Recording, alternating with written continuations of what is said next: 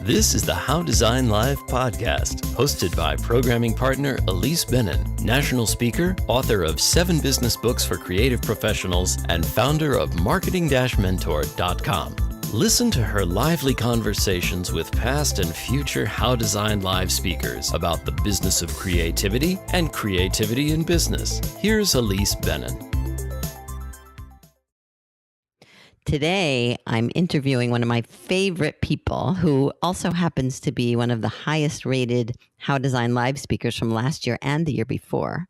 Terri Trespicio is a firecracker, and she'll be back at the big event in Chicago this year doing lots of different things, including 2 sessions, which we will get a sneak peek at on today's How Design Live podcast. One is on how to give the media what it wants, which she'll be presenting at the Get Better Clients Bootcamp, which is my half-day intensive on May 2nd, and another on how to replenish your creativity well. So listen and learn. Hello, Terri. Welcome back to the podcast. Thank you. So introduce yourself to those who don't know who you are. How can that be? Just kidding. My name is Terri Trespicio, and I am a brand strategist, which says everything and nothing. I know. Basically, I help people figure out what their thing is, no matter what they're trying to do with their brand or business. How do you get what you're trying to say to your customer, your clients, your fan base, and how do you communicate it with precision across all platforms? That's basically what I do. And I'm a very happy contributor to the How Live event. Love coming and being there every year. I've been really honored to be there.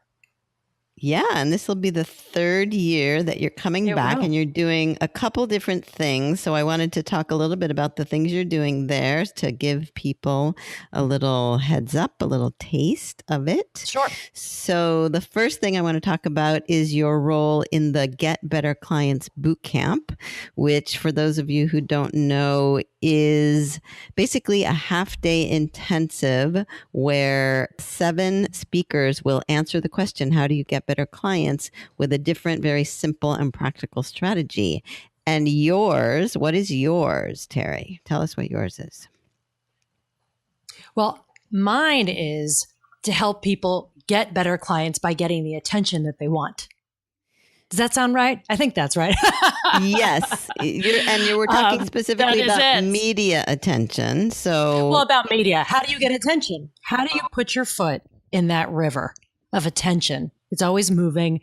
The media. And by media, we mean almost everything besides smoke signals, right? Anytime you have your name mentioned or you get written up or you write something and contribute somewhere or you're featured on an interview, on a podcast or a TV show, how can people who own their own businesses and run their own things, how can they get a little bit of that attention? A lot of people want it and they just don't know the first thing about doing it.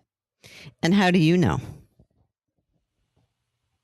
I know because I built my own brand, or started to, inside of a company when I was full-time at Martha Stewart. I realized that I had something special. I had a special opportunity there because I was a magazine editor there for many years. But I bore easy, so I was always looking for other stuff to kick up and do. And I saw there was a big opportunity inside the Martha company. I was in a magazine inside that brand, right? And they had a radio station at Sirius XM. They had their own channel, and they had clients coming in to the headquarters who they wanted to give them something to listen to. So I got to do a radio show. I raised my hand, said, sure, I'll present on health and wellness because I was a health and wellness editor. And I found opportunities inside a brand called Martha Stewart to do cool other stuff. But then when I left there, I said, well, now I learned how to do this a little bit. Now I've got to do this on my own. So I know from being an editor, I know who would get my attention when I was looking to feature experts or feature people's stories or interview them. I know what I was looking for, but I also was on the other side of it and pitched people and was on TV shows, on the whole morning lineup of talk shows, and did Dr. Oz more times than I can count. So I've been on that side. I know what they're looking for. So I've got this really unique view of both sides of media. And so I started basically coaching people how to do this. And then last year launched a program with my good friend and business partner, Paula Rizzo. And we started a business called Lights Camera Expert, where we teach people how to do this. And so our half-day session for this boot camp is going to give a little taste of that. What does it take to get some media attention and raise your profile as an expert or business owner. And I think one of the pieces of information, one of the secrets, if you will, about this whole media thing is that the media needs content. It's a hungry beast, right? And I think when people approach it from the, why would they want me, or I'm really not all that special perspective, what they're not understanding is how hungry the media is for content. The media is incredibly hungry for content. Think about it. It's 24/7. It's like a tap that's always on. I don't know where you think they're getting their ideas. They're getting them from watching other people, from reading other things. Like, media begets media. And so if you can figure out how to make what you're talking about relevant to their viewers and their readers, which might be different from what you sell on your own. I mean, your business is your business. But what the media wants, there's a formula for that. We know what they want. Topics change from day to day, but they are absolutely hungry for ideas and experts. And if you can pitch it to them, you can get a piece of that.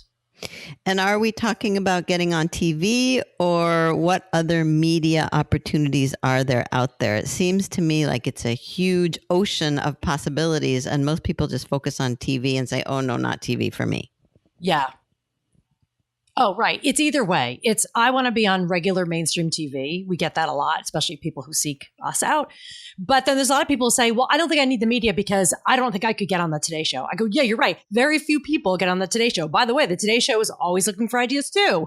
But I hate when we hang all of media onto that one show or that one entity, this big flagship show, which, by the way, like, it's not even the thing that gets the most views at all. But we associate traditional media with the only real media. And it's just not true. Take a look at your iTunes. Do you know how many podcasts are out there? People who are, at least one of the groups I met was a group of artists who do a podcast, a really popular, it's called the, oh God, of course I'm going to think of it on the spot. The graphic design podcast show. That's all they talk about is the life of design and designers in business.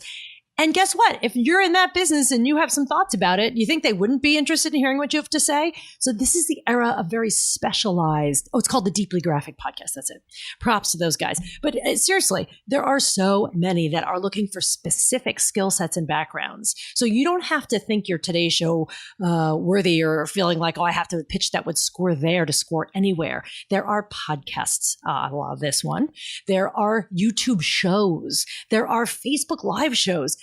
And people who are booking traditional media are consuming these other forms of media. So it's not nothing to be participating in all these different forms. By the way, you can also create your own media and your own buzz. Everyone's their own publisher now, at least. So it's kind of like you can start doing and sharing what you most want to share with the world, and you never know who will see it. So we're going to switch over to the other topic that you're speaking on, because if people want to hear more about exactly how to pursue this media thing, they can come to the Get Better Clients Bootcamp. But you are also presenting at How.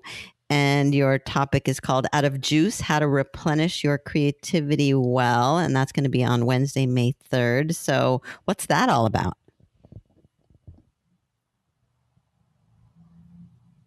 I am so excited to present on this topic because there isn't a person on the planet who doesn't feel out of juice at one point or another. It's not just an artist's problem. It's an everyone problem. When we hear that the numbers of people who are disengaged from the workplace are just climbing. And of course, I'm going to do some digging around and get the most current statistics I can find. But basically, it doesn't look good. People are disengaged from work. They don't know why they're there or why it matters. It can be very hard to stay very focused there.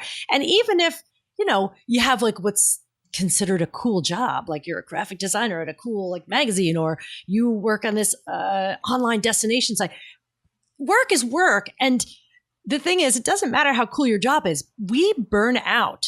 And if we don't take measures to actually replenish that well, we are going to quite literally dry up and feel frustrated.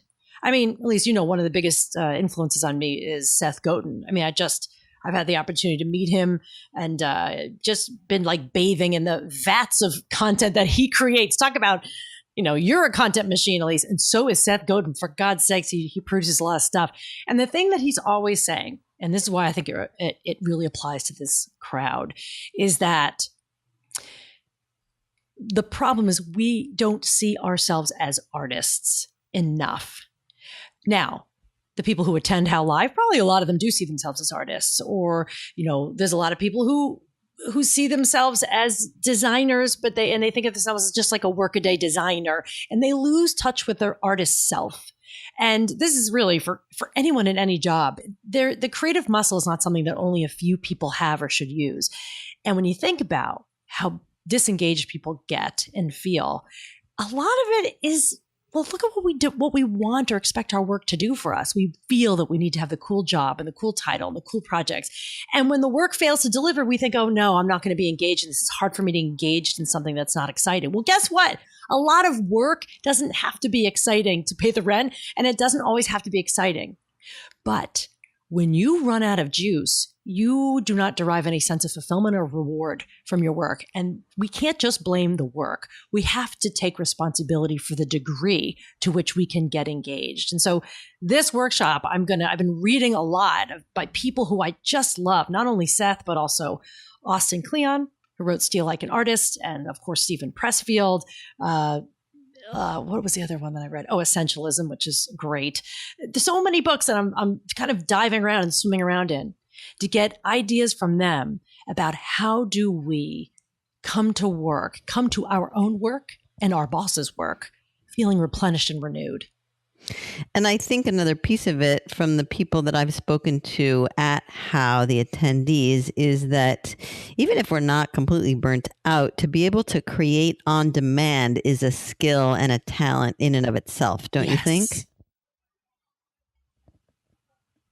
Oh, it is. And I want to lean towards skill because it's something you learn. You could have someone who's an incredibly talented painter and they don't paint all the time and they create one painting every 2 years. They might not be the most productive. And as long as they're getting their needs met, they can take as long as they want to paint. But if you're paid to create something on demand, you've got to train for it. I mean, think about it. When there are occupational hazards for physical labor, for hard physical labor, if you're going to be doing a lot of lifting, a lot of pulling, you better, you'll wreck your body if you don't do things that really keep your body in good form and balance so you can do the work that is demanded of you without hurting yourself. Our work, for most of us, is not as physical as it is emotional labor. And that has its own cost. And burnout is one of them. Feeling like, oh my God, that fear of what if I've just created my last thing and I can't create another one. We look at our art and our skill as a shrinking resource, as diminishing returns. Like, oh no, this is it. I can't do it anymore. We have to balance and flex that muscle. And I believe there's ways to do it. I'm doing it myself. I'm finding ways that work, and I'll certainly share some of theirs. But getting people to realize that you don't just wait for art and inspiration to come out of nowhere. Like Austin Kleon says, nothing comes from nowhere. And yes, you do need to deliver as a creative regularly. It doesn't mean every single thing has to be a work of art or masterpiece, but you need to, a lot of that is our personal involvement too. Thinking, oh, this reflects me. And what does it mean if it's not something wonderful? And the more we can detach from some of the outcomes of our work and make sure that we make a practice of being disciplined about creating it, the better off we are. Excellent. All right. So, Terri, tell the listeners where they can find more of you and more about you.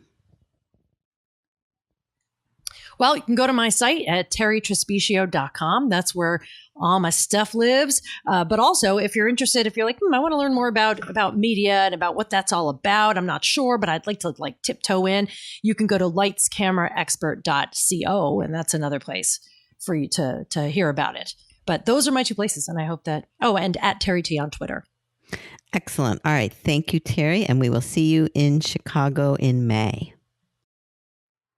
If she doesn't make you want to come to How Design Live, I don't know what will. You really can't afford to miss this. So I hope to see you there. That's May 2nd through 6th, 2017. As Debbie Millman said, it will be epic. You can also find more of my podcasts at marketingmentorpodcast.com and howdesign.com. So thanks for listening, and I'll be back again soon with more conversations about the business of creativity and creativity in business. You've been listening to the How Design Live podcast with Ilise Benun, the programming partner for How Design Live. You can subscribe to this podcast in the iTunes Store or on SoundCloud. We hope you found it both inspiring and practical, like everything How Live. And we hope to see you at the next How Design Live, May 2nd through 6th, 2017 in Chicago.